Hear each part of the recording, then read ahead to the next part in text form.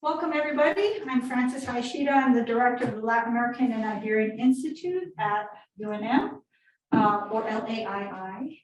The LAII promotes and supports interdisciplinary teaching, research, and meaningful public engagement to advance the production and dissemination of knowledge about Latin America and Iberia.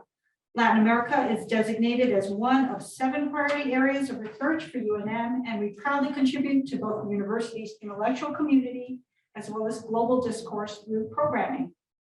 We'd like to take a moment to recognize the traditional homelands of the Pueblo of Sandia, on which UNM sits. The original peoples of New Mexico, Pueblo, Navajo, and Apache, have deep connections to the land and have made significant contributions to the broader community statewide.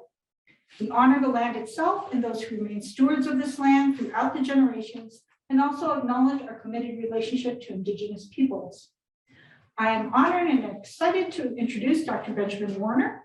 He joined the UNM Department of Geography and Environmental Studies in 2017, following his appointment as a postdoctoral research scholar at the University of Massachusetts. Warner's research focuses geographically on Latin America, with additional emphases on Central America and the Southwestern and New England regions of the US. His work is broadly defined as development geography, with specific topics including social movements, water governance and institutions, Central American development, agrarian adaptation in Central America's dry corridor, vulnerability, risk, and adaptation to environmental change and globalization, political economy of climate adaptation programs, critical development studies, and mixed methods. During today's presentation, we ask that Zoom participants remain muted and suggest you choose speaker view, which is an option that you're going to find at the top right of your screen. We'll have a question and answer session at the end of the presentation and invite Zoom participants to utilize the chat option. Thank you all so much for joining us, and please join me in welcoming Dr. Benjamin Warner. Thank you.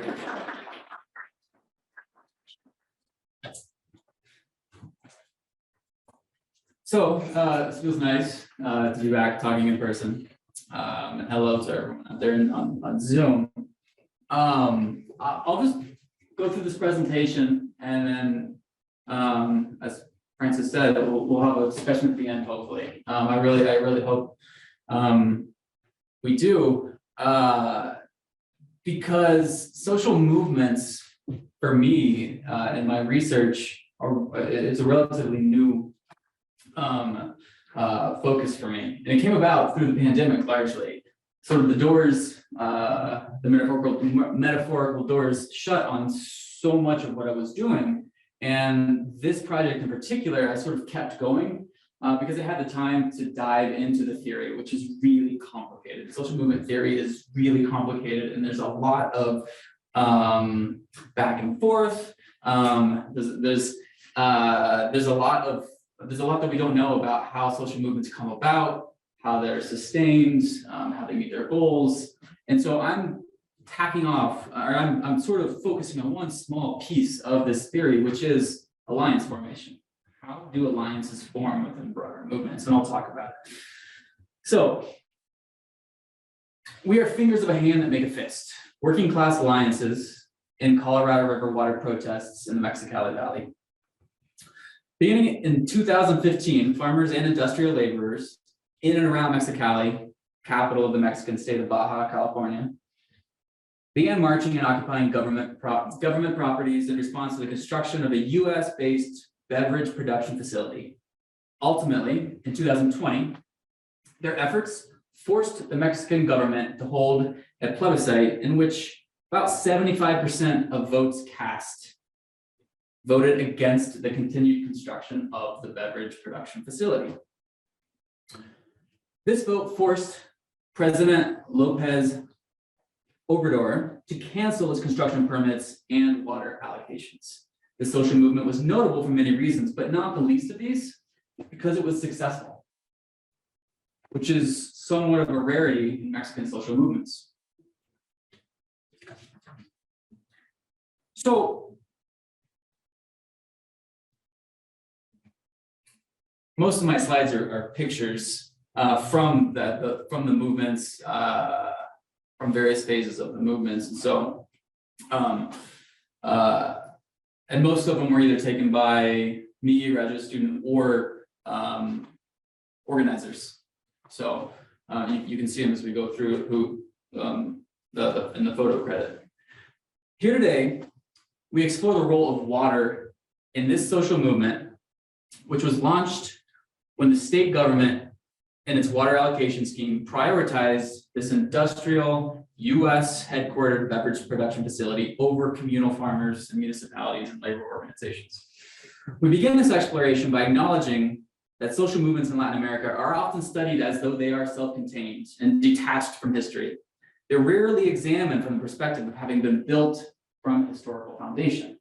And you can sort of think about this. If we think about social movements in the United States, we don't often think about them as tied to previous movements, as tied to politics in the past. We sort of think about Black Lives Matter marches as the direct result of a police shooting, as the direct result of particular things. We all know that they're historically contingent, but we don't think about that. And so in this case, I'm really trying to show that this movement is historically contingent. So in this case, I attempt to use the explanatory power of longue durée analysis because my early research made apparent this movement's class-based historical roots. So the big question that I'm trying to answer here is, how do alliances form within social movements? And now the thesis, what I'm trying to argue, is that Colorado River water in the Mexicali Valley is fundamental to the valley's class politics, which were born from a century of Mexican struggles against the United States and a relationship that, according to protesters, was responsible for undermining their class interests. From this, longue durée class analysis can explain alliance formation within social movements and is perhaps essential to the effective formulation of such alliances. Again, alliance formation is historically contingent. And this isn't just contributions to theory. This is hopefully practical among organizers, trying to provide organizers with an idea of how is it that they join, join forces with other groups interested in similar issues. So, and there's a few definitions here that I'll quickly allude to. And one of them is longue durée.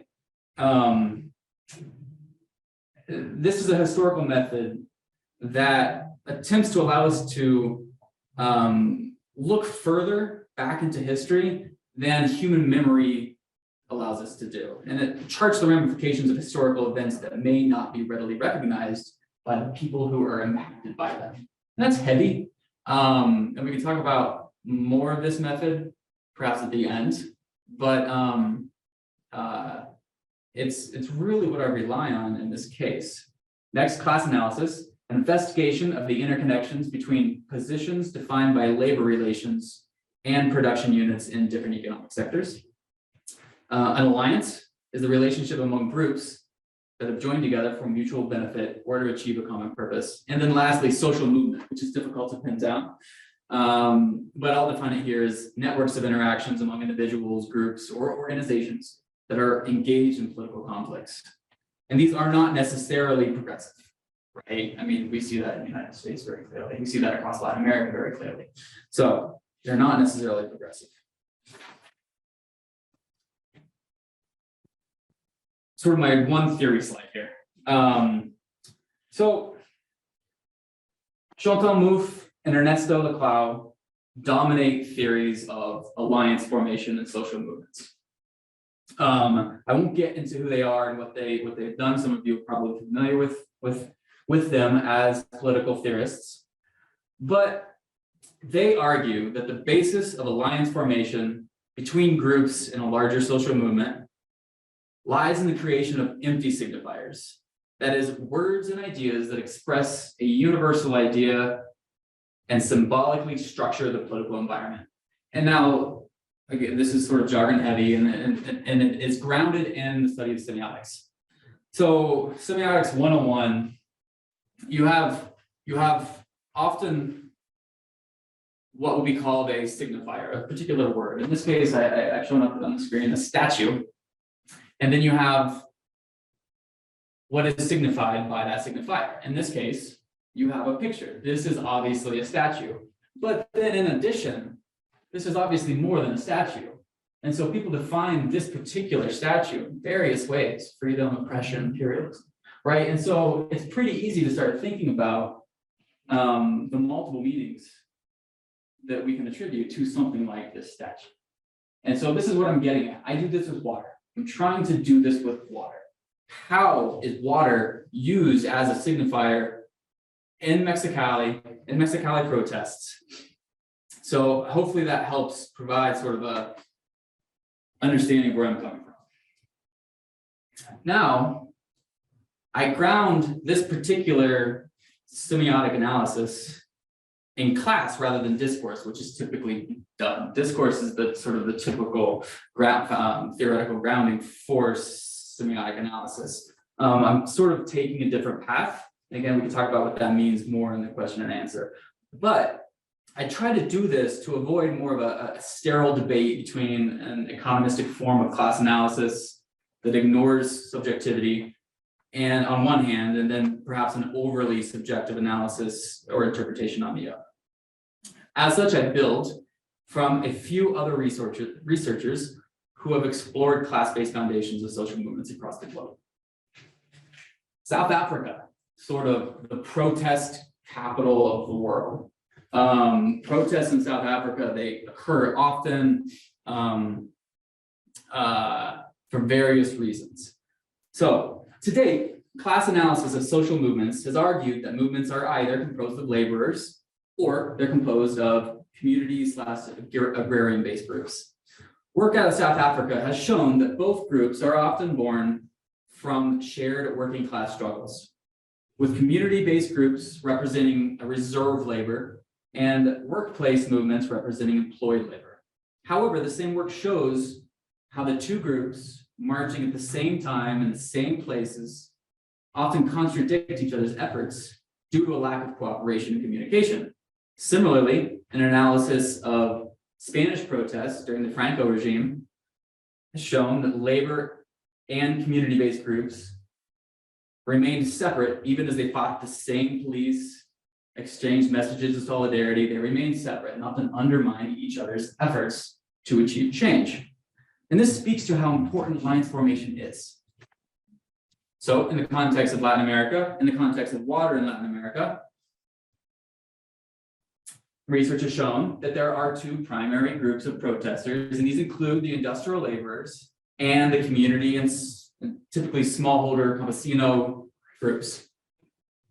One of the most widely studied cases, the 99 Cochabamba water wars. The movement developed after the state attempted to privatize water.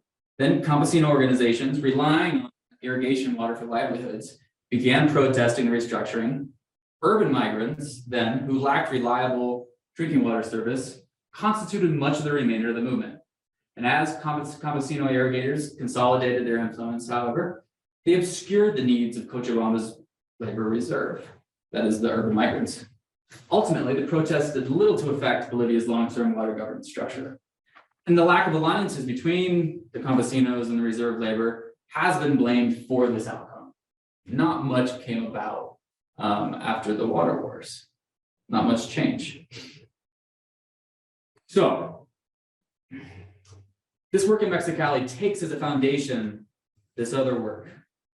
It builds from there to show that Colorado River water governance in Mexicali has long been a space of class-based organization and resistance, given its history of communal, smallholder farming, and industrial labor. Here I historicize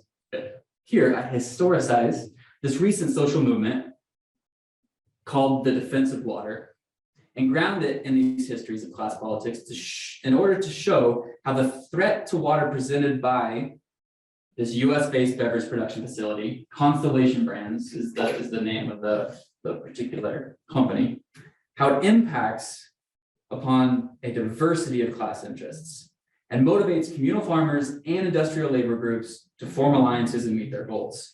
In this sense, the defense of water presupposed and represented a century of class politics that allowed seemingly disparate groups to see their common interests and to build alliances within them. To arrive at this thesis, I conducted field work across the Mexicali Valley with a graduate student of mine at the time, Anthony Meluso, throughout the summer of 2008, and then again briefly in the summer of 2009. During these times, we resided with social movement leaders and conducted interviews. Additional interviews were conducted remotely, and archival research was conducted through 2022. So when the pandemic started, basically email correspondence with the organizers that we had met continued to sort of what's happening. And so that was how this work continued during the pandemic, which we hadn't planned to do it that way, but it turned out to actually work pretty well. So in total, 25 formal interviews with different social movement leaders were conducted.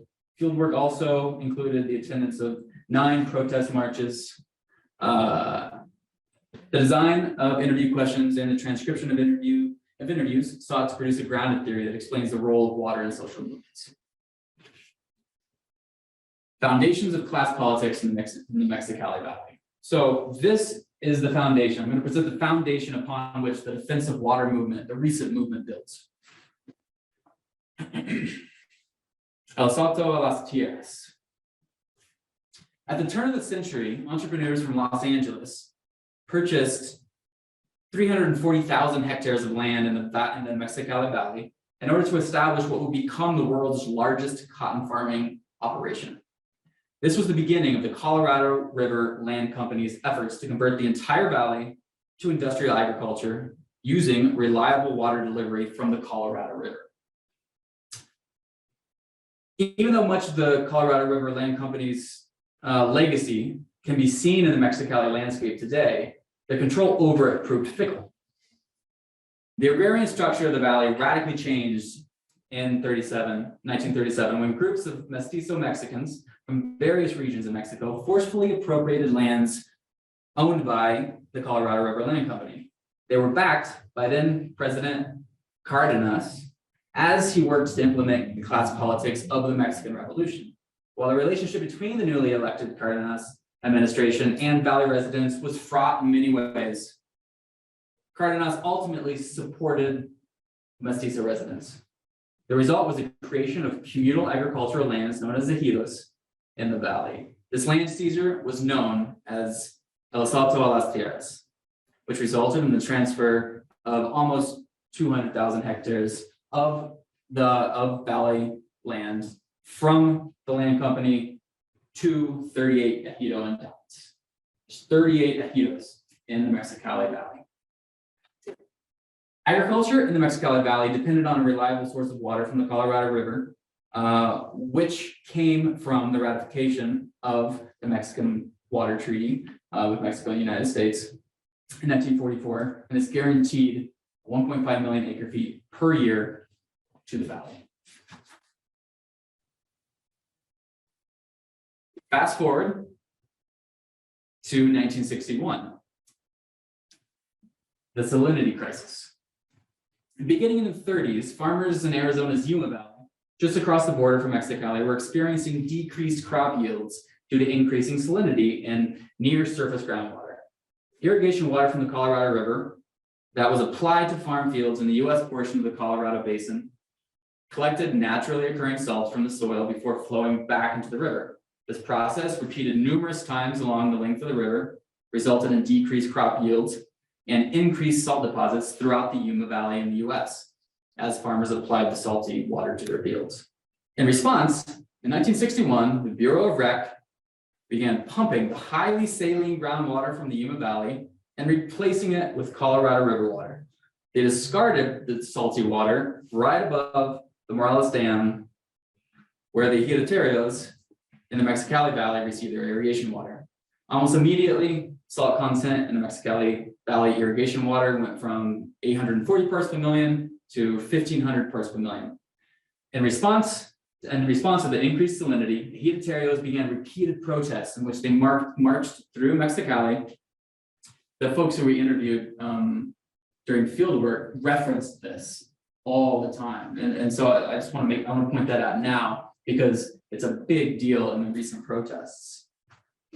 They began marching through Mexicali. Shortly after protests began, Mexico's ambassador to the United States conveyed a formal diplomatic protest demanding that the US reduce the salt content in the Colorado. A compromise was reached in 1965.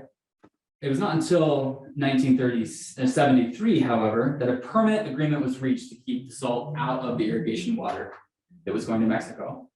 The crisis, and this is important, the crisis helped radicalize Mexicali ejidatarios as they pushed the Mexican government to follow through on its revolutionary promises of total agrarian reform and opposition to influence of private landowners in the US.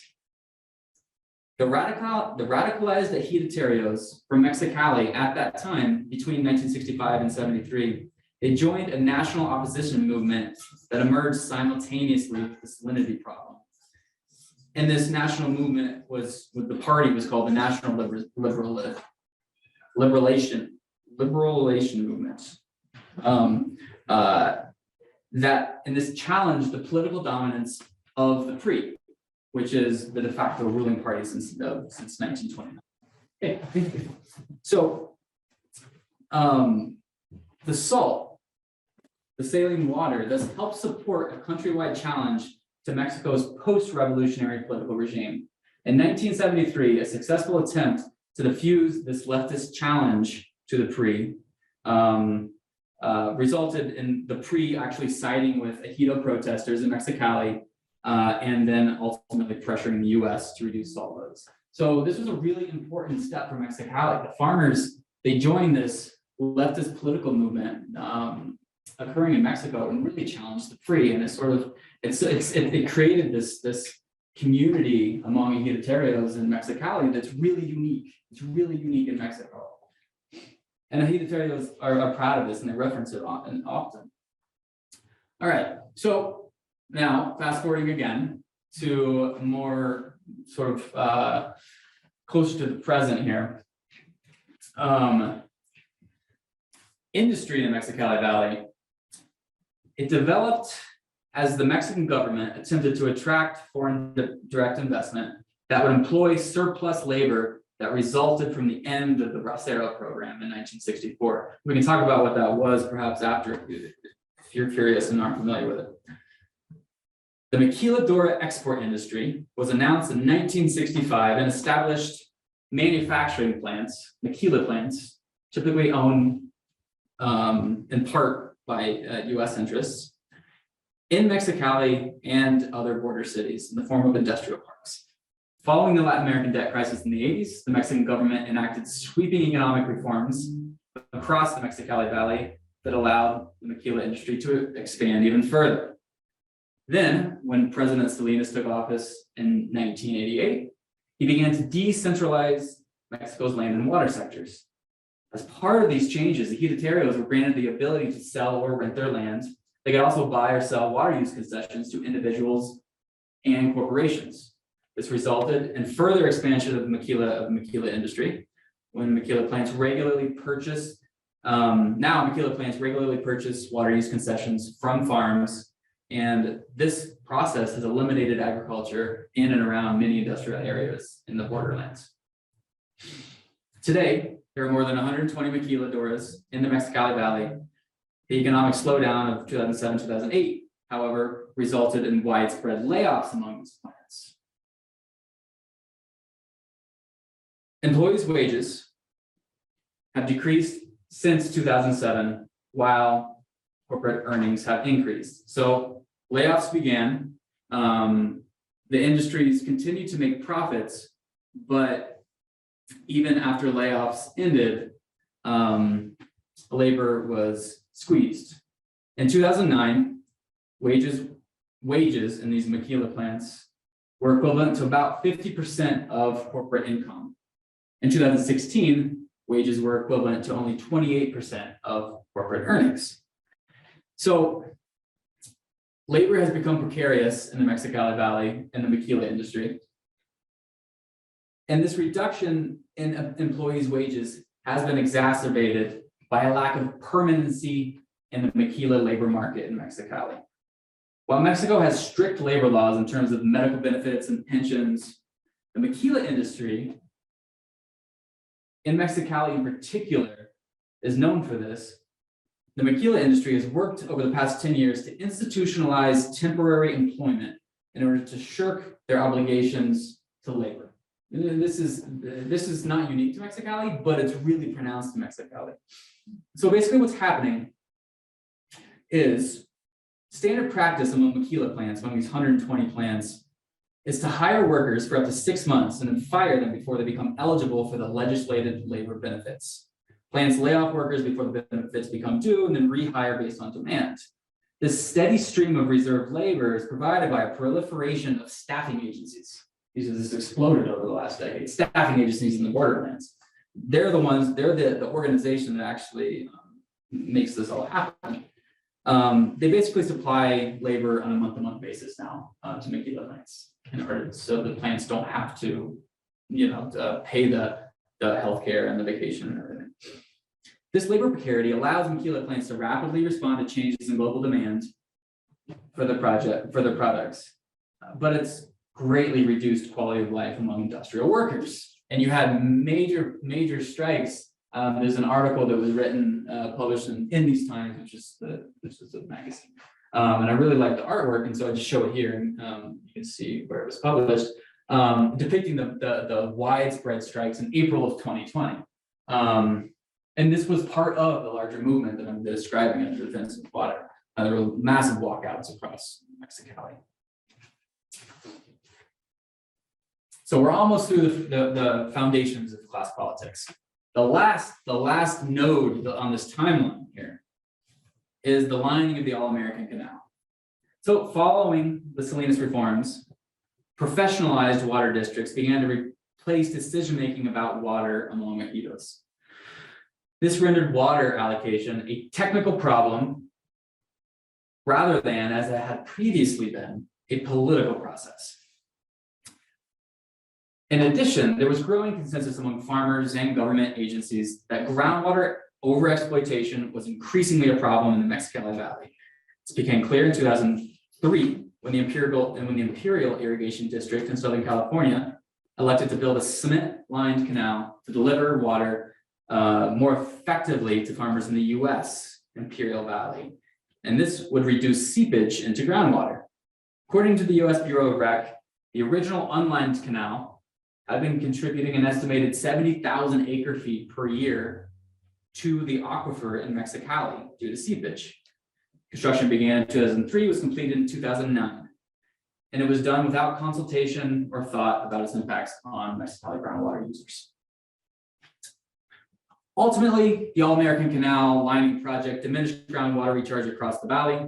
This reduction in groundwater disproportionately impacted the valley's ejidos, given that they use approximately half of the total water delivered to the valley each year. Communal farm water users are also subjected to more oversight by the government than are private water users, and that's for a number of reasons. They also have more difficulty drilling deeper wells when they can because they don't have the capital to do it. So today, agriculture in the Mexicali Valley is divided between private landowners and ejidos. However, 30 private farms cultivating up to 3,000 hectares each dominate the region in terms of value production. Ejidatarios are more likely to grow wheat or alfalfa due to its low input costs and ease of market access. Larger farms, on the other hand, produce high-value vegetables for Mexican and U.S. markets because they can take advantage of economies of scale to afford higher distribution costs. Larger private farms are also more capable than ejidos, both financially and institutionally, to access dwindling groundwater because they can drill deeper wells.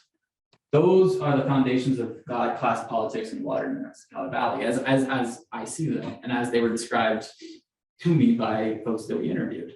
So let's build on that now. Let's build on that to the present day movement.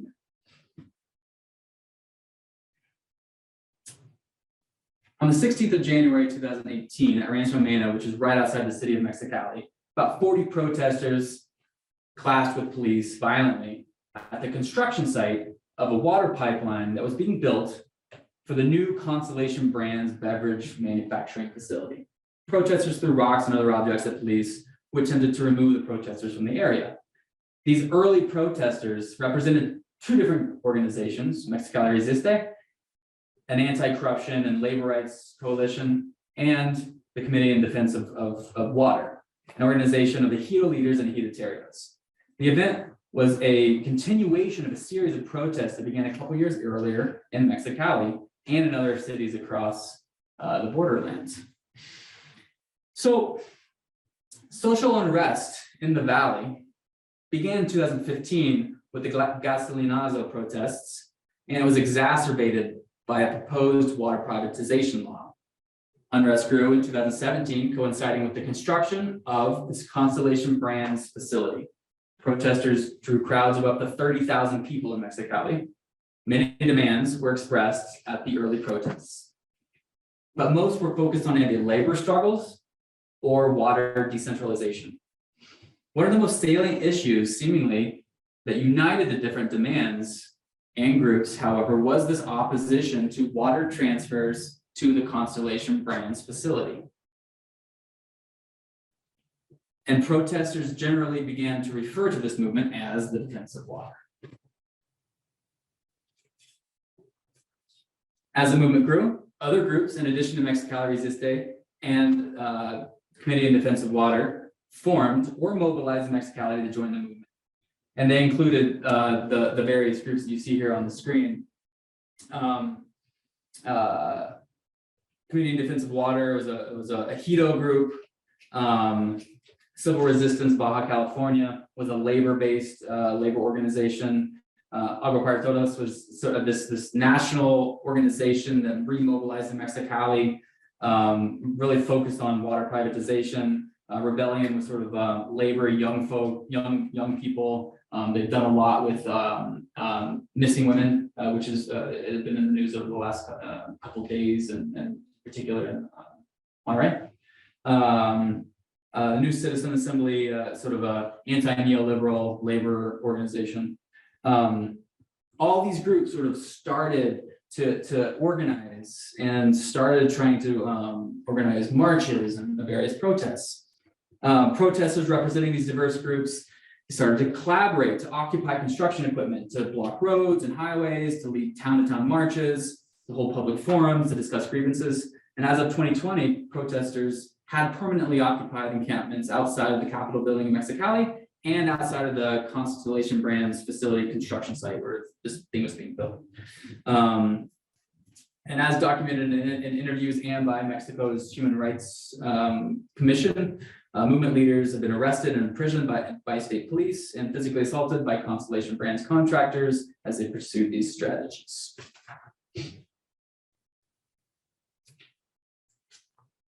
So what is Constellation Brands? Maybe I can ask the audience. Have you ever heard of this thing, Constellation? Okay, so you have. Some people have. It's beer conglomerates are sort of funny entities.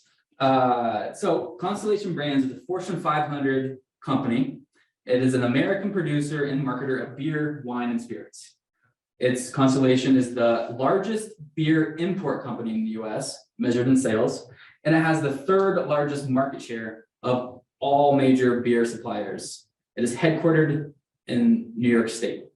The company has more than 100 brands in its portfolio. You can see some of them there. It's Corona. Constellation Brands Corona. That's what everybody knows. It's Corona. And so, you know, the Mexicali Resiste riffs on the sort of the propaganda that Constellation Brand comes out with, and they sort of do this. And I like this particular. Right. And now this particular facility, it was to be the largest brewery in the Americas, using over 20 million cubic meters of water annually and costing over $1.5 billion to construct. All the Corona for the California market was to be produced by this facility, which makes a lot of sense, right? I mean, it's a couple miles from the border. You take Colorado River water. It's a lot easier to get in Mexicali than it is in California, where you have to buy water rights, and you ship it just ship it right into California. And so it makes a lot of sense to do that from their perspective. And even as protesters endured the violence that I described, they advanced their goals in the valley. Responding to the protests in 2017, the state government rescinded state funding for an aqueduct that it had promised to build for Constellation Brands. It was then forced to use, the Constellation Brands was then forced to use private funds to construct the aqueduct. And it was forced to purchase transferable water use concessions from farmers and drill the wells near Rancho Mena, where those protests, those clashes with police that I showed a couple slides ago happened. Finally, 21st of March 2020, the city of Mexicali held a weekend plebiscite in which, again, 75% of votes voted against the construction. So this forced the president to cancel the company's construction permits and water concessions. And it was done under the banner of the Defense of Water movement. And now, I know that's probably hard to read for some of you, but I want to talk about a couple of quotes that came out of this work. So interviewees from all groups represented in the study shared the perspective that they must defend their water supply because it's being stolen. When asked about the importance of Colorado River water, however, different groups focused on different aspects. Among ejidatarios, most argued that Constellation Brands would cause increased water scarcity that would threaten their livelihoods. As one ejidatario described, water is important because we're producing food, and it's not fair, right? That because of water scarcity, we stop producing food and supporting our families. We live from agriculture. Agriculture is our culture. We do not live from beer. The beverage is going to be produced by Constellation Brands. If we produce beer and not food, we will not live. Another ejidatario said, if the brewery operates, it will need water apart from that provided by the city of Mexicali. So they are thought to have drilled between 14 and 18 deep wells, very deep wells, to extract water with better minerals. And by drilling a large number of deep wells, in a few years, they will leave us without water in the aquifer. So what will happen to agriculture? Interviewees who were directly concerned with the impact of Constellation Brands' water withdrawals on existing supplies in the valley, primarily ejidatarios, often reference the lining of the All-American Canal for the impetus for the valley's water problems. One interviewee representing the Committee in Defense of Water stated that it's a continuation, just a continuation of what they, the United States, started when they lined the All-American Canal. This was our opportunity to stop them. In interviews, ejidataриos sometimes blame themselves for failing to organize resistance to the lining of the All-American Canal, often comparing their failures to the previous successes they had. They regularly juxtapose this failure with their success in the salinity crisis. As one ejidatario stated, "We have marched before. We came together to march when the United States tried to poison us. We defended our water. We did not march when they lined the canal, but now we do." Interviews representing other groups focus more on labor struggles in the context of the relationship between Mexico and the US, focused on different aspects of water. They tended to reference Constellation Brands, but as an agent of the United States that intended to exploit Mexican labor and resources. A representative of Agua para Todos, for example, was concerned that water use by Constellation Brands would increase scarcity, which would in turn limit the demand for industrial labor in the valley. Another interviewee described their understanding of why companies from the United States were operating in the valley and the ramifications of these operations on the current condition of industrial labor. According to this interviewee, they're here for our water and our labor. There is no water to buy in the United States, so they take ours. After they take our water, they take our lives. When we have no water to farm, we must work for them for nothing. After they take our water, they take our labor and our lives. Water is life.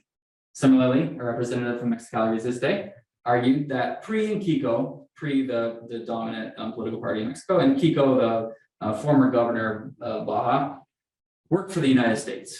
The United States tells Kiko to sell them our water, and he says yes. Now the corporations control the valley and there's nothing left for the people. Our government works for the United States. That is why I'm here. They're selling Mexican water and Mexico to the United States. So Certain interviewees regarded themselves specifically as fighting for Mexican labor. They perceived the construction of Constellation Brands as neocolonialism. They perceived their movement in Mexicali as one part of a legacy of the Mexican Revolution and in turn El Salto de las Tierras. As one representative of rebellion described it, in a modified reference to Zapata's rallying cry during the Mexican Revolution, we are carrying out our version of Tierra y Libertad, Agua, Tierra y Libertad. As seen in the figures here, the signage used by these organizations directly reflects their grounding in El Salto de las Tierras and in the Mexican Revolution more broadly. When asked about the relationships with other protest groups, interviewees often reference the grassroots nature of the movement and the unique historical and cultural underpinnings of the situation in Mexicali, all the while acknowledging their differences. A representative from civil resistance had this to say: "We are one movement with different fronts. We are a hand, each finger has its own mission. We are the fingers of a hand that make a fist. We all want different things, but we all know we cannot defend our water without cooperating. We do not let our own missions get in our way." In an interview with the leader of Mexicali Resiste, they described how the group remained focused on improving working conditions and quality of life for industrial laborers. They argued that while water itself is not their focus in Mexicali, it is fundamental to meeting their demands. They stated that water is life in Mexicali. It means territory. If you control water, you control life.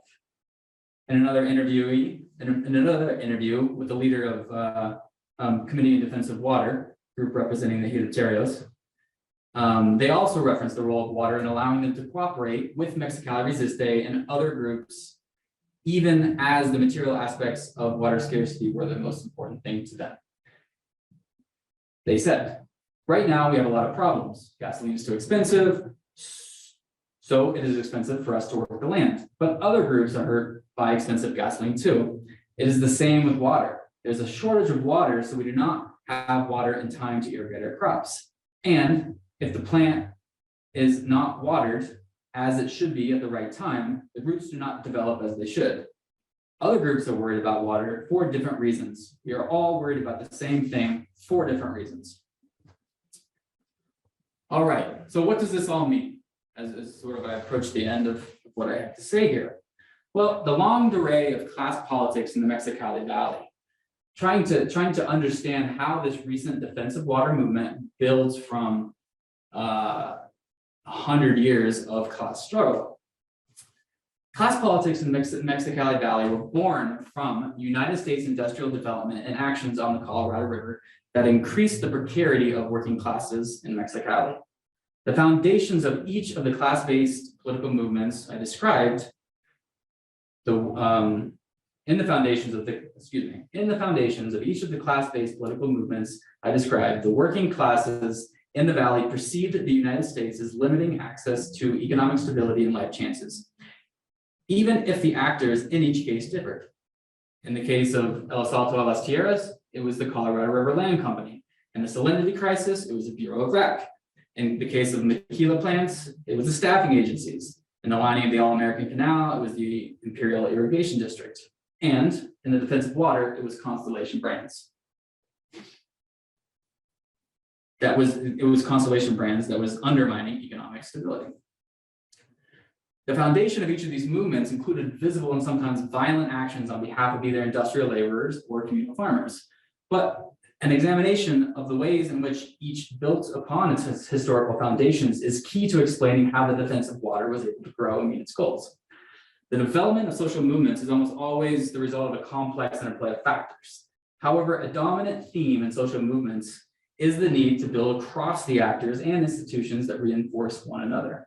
In the Mexicali Valley, this analysis shows that this is a historically contingent process. El Salto de las Tierras began with discontent among the Colorado River Land Company's workers about wages. Ultimately, however, it was in the context of the Mexican Revolution that support was provided. The Mexican government seized the company's land holdings by force and divided it among ejidos.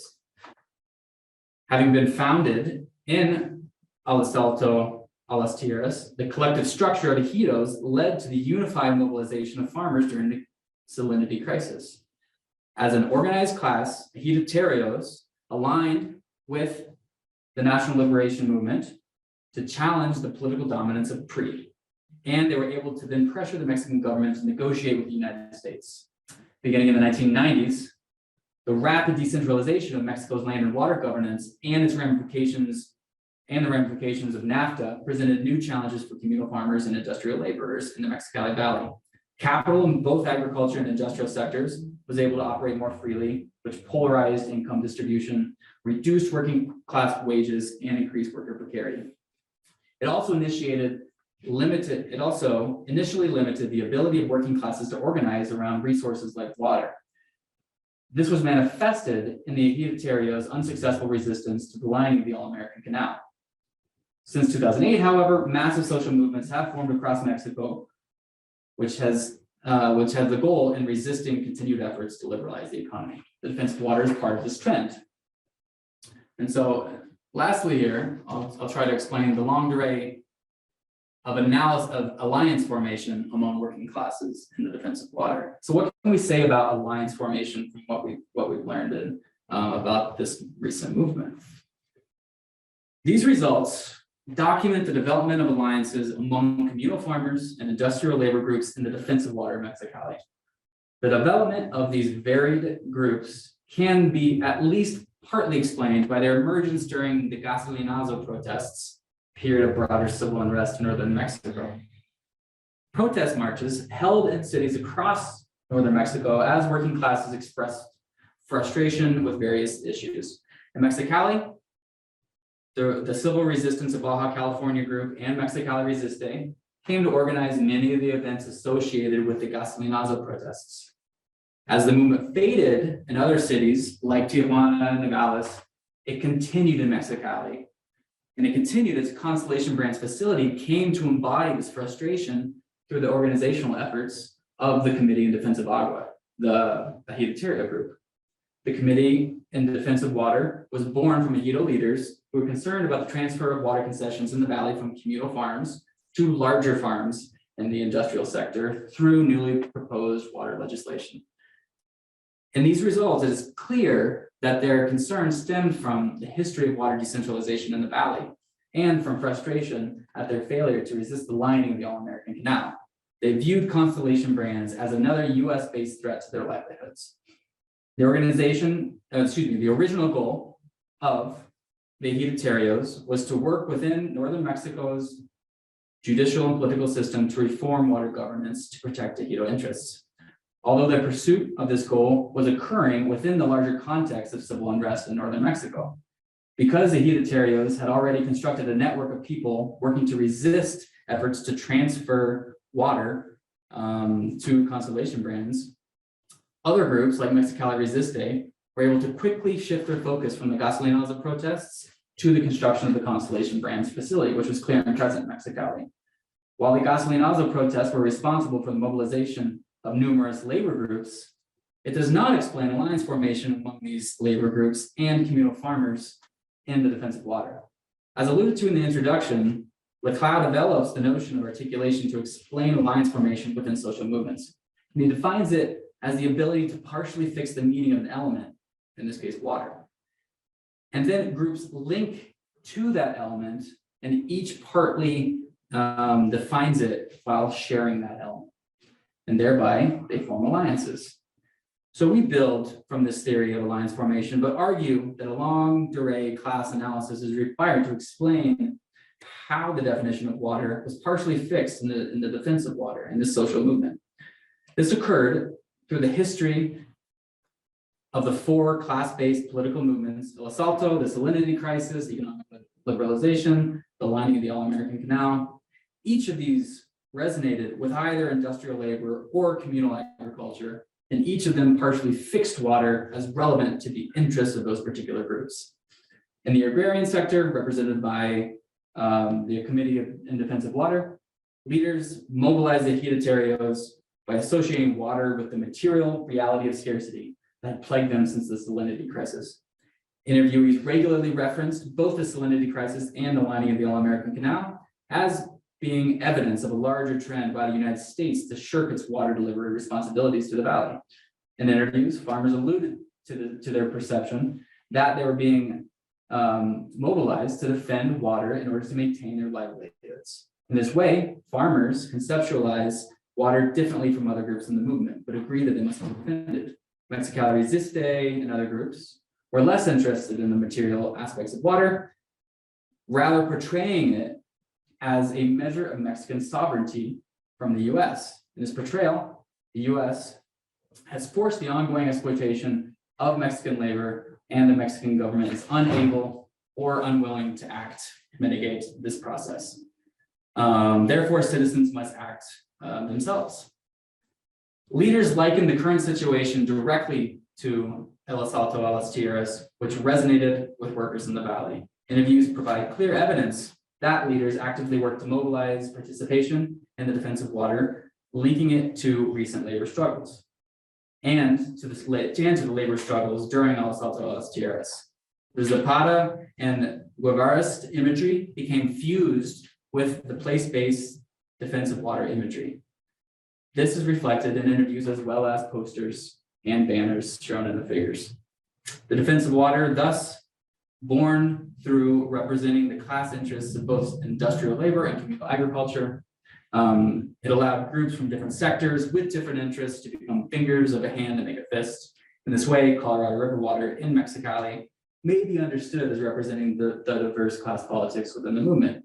These politics were developed through the historical foundations of class struggles in the valley, each helping to define Colorado River water among protesters.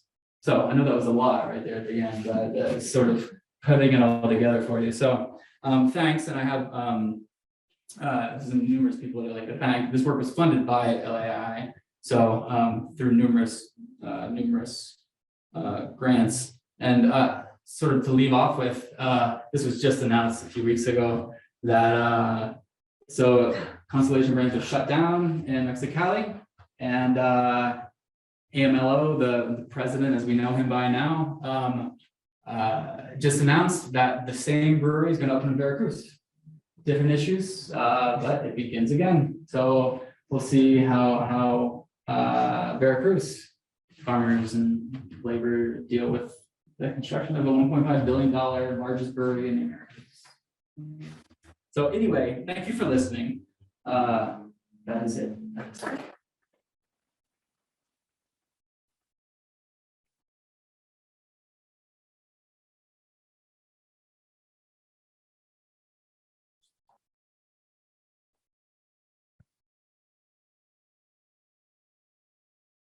have a question. Yeah. But I don't want to like do the first one, so. No, I mean, I'm happy to do the first one, but if somebody else wants to do it, I love this long today as a theoretical frame. Yeah. And so, I mean, obviously, Ben and I are like trained, I feel like, I don't know how we're probably trained in the same way, but the long array analysis, I think, is super powerful here. But the way that you're using it is really to historicize, right? You're really trying to show how this labor movement right now, in part is successful, or part of it able to make these alliances, and it's all very contingent. But the way that I understood Braudell's version of longue array is he uses longue array really to talk about modernity. Yeah. Which almost pushes you in the opposite direction of like localizing and contingency. Braudell sort of says we need to historicize, but the whole point of historicizing is to see modernity as a process, right? And to recognize the longue array of this process. Right. And so how does your, is your work engaging with sort of that version of longue array?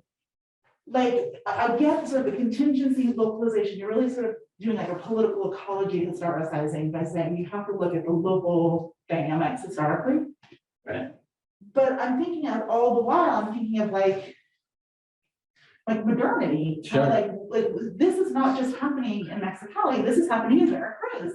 Right. This is happening in other ways, and that longue array has been used in that other sense to sort of look at capitalism or look at neoliberalism or look at sort of modern processes. And now maybe we are postmodern, but I guess I'm kind of like asking, how does that fit into your longue array analysis that you're doing here? No, that's a good question. I mean, I sort of, I mean, in this particular, keeping in this narrow, if we think about the Mexicali Valley in particular, I mean, this wouldn't really qualify as sort of like the Wallerstein or sort of the big picture longue durée people. I am simply historicizing and arguing that alliance formation is historically contingent, which is sort of the theoretical contribution. That's what I'm trying to argue. The longue durée perspective, I mean, in this case, perhaps I am using it as more of a heuristic to think about, okay, like how do these groups, what is the grounding of alliances in this case, which is obviously comes out of 100 years of back and forth between the United States and Mexico over Colorado River water. But I think you're right. I think we can actually pull back and think of more of the traditional longue durée analysis in this case, especially relying on now Constellation Brands is trying to set up shop in Veracruz. I mean, I have to think about it a little bit more, but crises, I mean, the longue durée, some of the best longue durée work that I've read sort of explains modern crises in capitalism by sort of historicizing, you know, how capitalism has come about. And I don't know, perhaps we can say something meaningful about what's going to happen in Veracruz with this company using that analysis, but. Well, yeah, I guess, so it's interesting that it's not just contingent, because also we're talking about Veracruz, like how you even ended to say that longue durée might be a way to sort of allow us to actually generalize and not just localize, which I get you're trying to localize this contingency thing, but. You're right. No, you're right. Not that I'm right, but that's all. I agree with you. I agree with you. I mean, that is, I think, a takeaway. It is a takeaway. Like they're back. You know, it was funny doing this field work. God, like they hated this facility, Constellation Brands, the organizers. I mean, they were camped out for years, right at the gate. They had this like this elaborate sort of like lean-to structures, and they like a little dog park.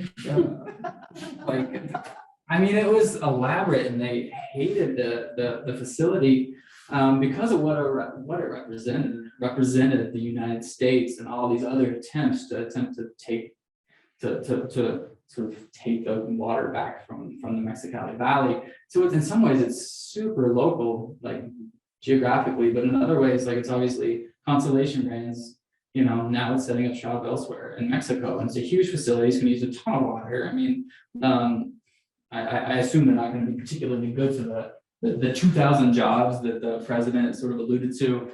He's super proud that Constellation Brands is back, even though he sort of supported the organizers in Mexicali and canceling his construction permits. And you know, he's sort of touting how great it's going to be for Veracruz. That's the same thing that the previous president did in Mexicali when they announced the construction. Everybody was super excited. Kiko, the not particularly sort of, it's not a nice nickname that the organizers gave the former president, the governor of Baja. But he was super excited, announcing it, going around, sort of holding these press conferences. Constellation Brands is coming. We're all really excited. Same thing's happening in Veracruz. Yeah. So, thank you. It's been a while since I've been to a talk in person. It's been pretty fun to, I don't know, learn about kind of an adjacent topic to some of the, I don't know, thoughts I've been having about the exporting of water through beverages and through agriculture. And so this reminds me a little bit of a talk during the pandemic that was from Raul Pacheco Vega, who studies the politics of bottled water in Mexico. Mm-hmm. And the dynamics, there's a lot of parallels here. The dynamics are slightly different in a couple of ways. One is sort of this political embeddedness of the Coca-Cola brands into very high levels of government in Mexico. And this, so the difference also with Coca-Cola is that they're also selling bottled water. They're not just selling beer. right? Or they're not just selling Coke, but they're bottling up the water, and then, and part of that then intersects with sort of the service provision of drinking water in urban areas where people have just come to accept that if you want drinking water, you're going to buy it in a bottled form from Coca-Cola. Right. But it's in very few locations has it galvanized any mobilization. So there's some discussion in Chiapas around the Coca-Cola industry taking from water sources that other people are like, they're experiencing loss while Coca-Cola is like churning out, you know, it's very water intensive to make Coke apparently. For that.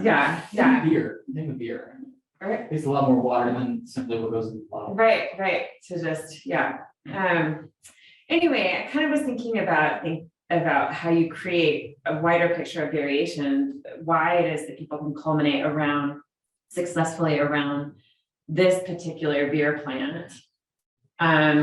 But sort of don't. And if it's like the connections, this is like an American company. Right. It's new. It's like a flashpoint moment. Seems to be also a lot of information about the wells that were drilled, that's a really galvanizing sort of symbol. People were aware of like, oh, they've literally tapped into our water. Right. But I think it's, I don't know that I have a question in here. I'm trying to think about like why it is. I mean, I don't know if you have other ideas about why it is that this one is successful. And I'll add on one little part with the political science piece, which is that there's some interesting work on efficacy that people continue to mobilize when they win. Yeah. And then if the first time they mobilize, they lose. So if your first campaign for president, you're out marching or you're getting signatures or whatever, and your candidate loses, those people are actually less efficacious and less engaged in politics, like for a long time after that. If they lose, so they're like fairly efficacious because they start doing something, but they lose and they become like kind of like even less so than starting point. Like Hillary Clinton, like she's nowhere now. People that were like, for the first time, I am out banging on doors because I love Hillary Clinton. Okay. She loses, and those people that were banging on doors are like, yeah, I'm out. But there's something about the experience of success that seems like that's part of your story too. Yeah. So I don't know. I guess now backing out, like, why is it that some are successful and some aren't? Yeah. It's funny. Actually, Rhonda, I was wondering if she'd be here. Years ago, I was like, Rhonda, I know nothing about Mexico, but I'm going to try to study some Mexico. She's like, hopefully Rhonda's not. And she basically asked the question. This was when my graduate student was also sort of working on this, trying to figure out as a thesis question. She's like, why this maquiladora? Like Ford, Carrier, a Whirlpool, they're all lined up right there. Why this one? And that's what led to this, like, to thinking about alliances, because there's been so many protests against the maquila plants, and once built, there's always protests outside, like, stop the construction. We don't want another one.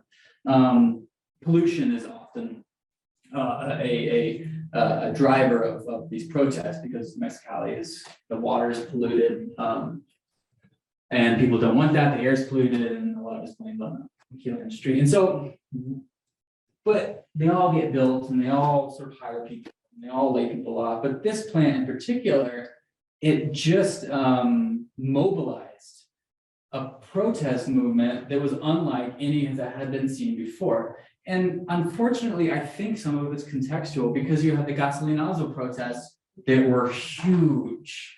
I mean, energy always. And successful, right?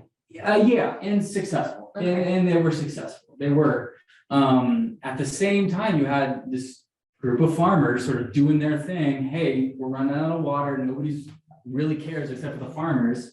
But all of a sudden, you had the protests. The gasolinazo protests become successful. You had Mexicali resisting. You had these other groups that sort of all of a sudden they were successful, and so there's a new entity that they could sort of mobilize around to continue to perhaps push back against what they saw as larger issues in their community. And that's, I asked myself that exact same question during this whole work, why this?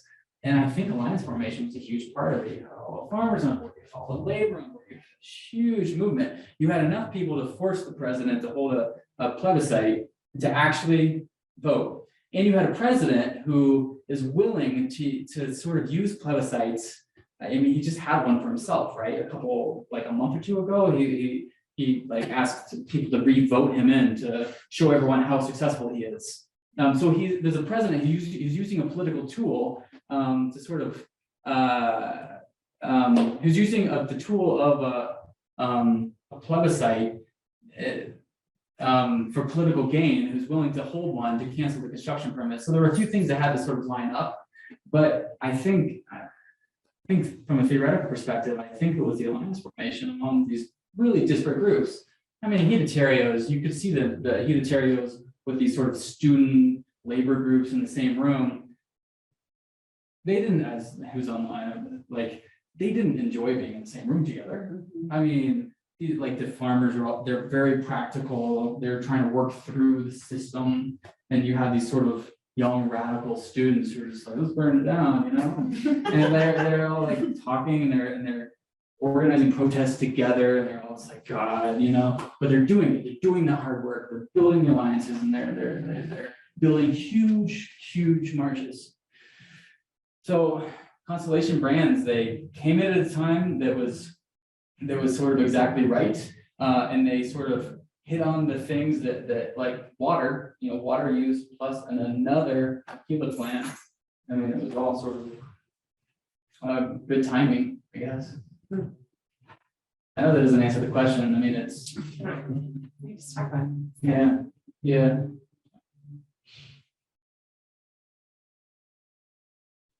Please. Couple questions. So one is, do you know where their barley and their hops are coming from? I had a really cool figure that was made by Constellation Brands that sort of showed they were actually. It was funny. It's funny how to follow sort of the propaganda from an early point until their construction permits got canceled, because originally they were really proud that they were going to go to Mexico and take Mexico's water, and they were sort of showing everybody, Mexicans, that like, we're getting all this water from the Mexicali Valley, and then we're going to send it back to the United States, and then they're going to import some of the hops from somewhere. There were these arrows that they were showing where the inputs were coming from, and the point of this diagram was to show that this facility, it was really just being set up in Mexico to exploit Mexican resources. It was truly a US facility. And so like the US is going to benefit in all these ways. And that was quickly pulled back as protests. And so then the messaging started to change. You started having Kiko, the governor, sort of,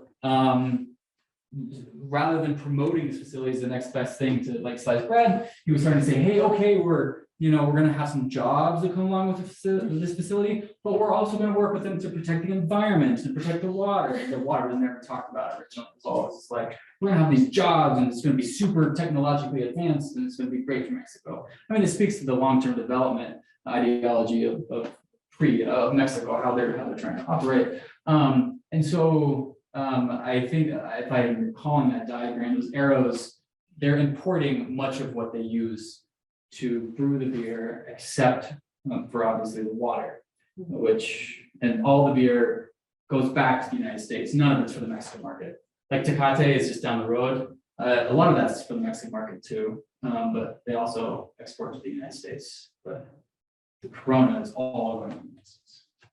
They changed their initial messaging after, you know what I mean? Like now that they go into Veracruz and they.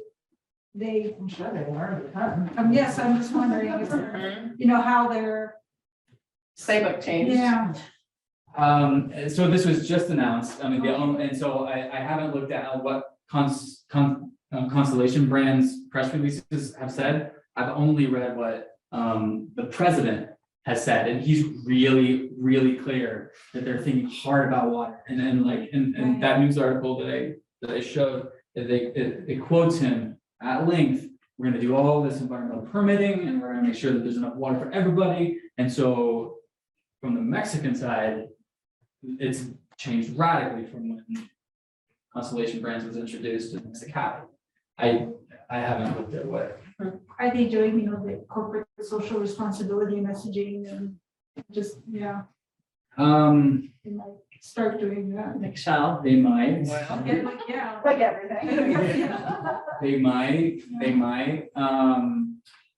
I haven't seen it. I mean, one of the big things that I didn't talk about was the Human Rights Commission that was set up after that busload of kids were killed a few years ago. It was set up, you know, as a federal agency. They came and got involved in this. They Where do came. you go? We'll find you. Yeah. They lost my train of thought. So the security guards for the Constellation Brands were beating up the protesters, and so the Human Rights Commission came up, and we were just like, actually Anthony and I were both there. We were sort of we were just hanging out at protest camps. We just spent a lot of time, really hot sun, hanging out at protest camps, and that the commissioners, a team of investigators from Mexico City came up and just one after another asked, sat down, interviewed the organizers, and just recorded their stories of how they were being beat up by Constellation Brand security guards, and that came out in addition to everything else that was happening, and so that really hurt Constellation Brands credibility. You know, there were news articles about like them beating up protesters and stuff. So the corporate responsibility thing, I'm going to look into it. I'd like for this to continue. It'd be cool to get to see how it plays out in Veracruz and compare them. So. This is awesome work. Yeah, is that, are we at the end of our time, I think? Right? Yeah, unless anyone else has any other questions, I don't think anyone Zoom has any. So simple project, man. I feel like it has legs. You can do a lot with us. Yeah. Yeah. Mexicali is super cool. It's sort of hard to work there in the summertime. It's one of the hottest places. Your family's from Mexicali, right? Do you spend much time there? Oh, It's just the it's like 119. Oh, one of the hottest places in the Americas. It's like a hot. Yeah. So we'll see, but yeah. So thanks to LAI for funding the